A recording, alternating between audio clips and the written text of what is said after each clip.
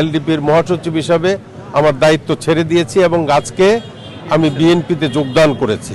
এলডিপির মহাসচিব হিসেবে দীর্ঘদিন দায়িত্ব পালন করেছি এবং বিএনপির নেতৃত্বাধীন আন্দোলনের সংগ্রামে রাজপথের সকল পর্যায়ে আমরা বিএনপির সাথে কাঁধে কাঁধ মিলিয়ে কাজ করেছি এবং বিএনপির ভারপ্রাপ্ত চেয়ারম্যান তারেক রহমান সাহেব আশ্বাস দিয়েছেন যে যুগপৎ আন্দোলনে বা জোটে যারা ছিল তাদেরকে সাথে নিয়ে তিনি জাতীয় সরকার গঠন করবেন এবং নির্বাচনের প্রাক্কালে আমাদের যারা যুগপৎ আন্দোলনে বা জোটে ছিলাম তাদের মধ্য থেকে যোগ্য প্রার্থীদেরকে মনোনয়ন দিয়ে আগামী 2026-এর 12 ফেব্রুয়ারির নির্বাচনে অংশগ্রহণ করার জন্য তিনি অনেককে ছাড় দিয়েছেন।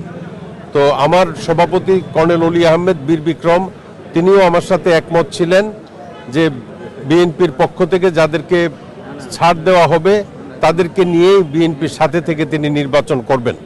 কিন্তু তিনি ইতিমধ্যে গতকাল আমার সাথে দ্বিমত প্রকাশ করে তিনি বলেন যে তিনি নাকি আলাদাভাবে নিজের দল নিয়ে নির্বাচন করবেন।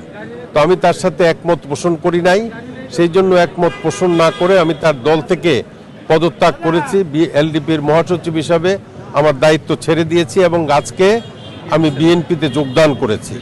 বিএনপিতে যোগদান করার পর বিএনপির মহাসচিব তার দলের সিদ্ধান্ত অনুযায়ী আমাকে কুমিল্লা 7 নির্বাচনী এলাকা থেকে নির্বাচন করার জন্য, ধানের শীষ প্রতীক নিয়ে নির্বাচন করার জন্য তিনি আমাকে মনোনয়ন দিয়েছেন এবং আমি আশা করি ইনশাল্লাহ বিএনপির প্রার্থী হিসাবে আমি আমার জায়গা থেকে বিজয় লাভ করব।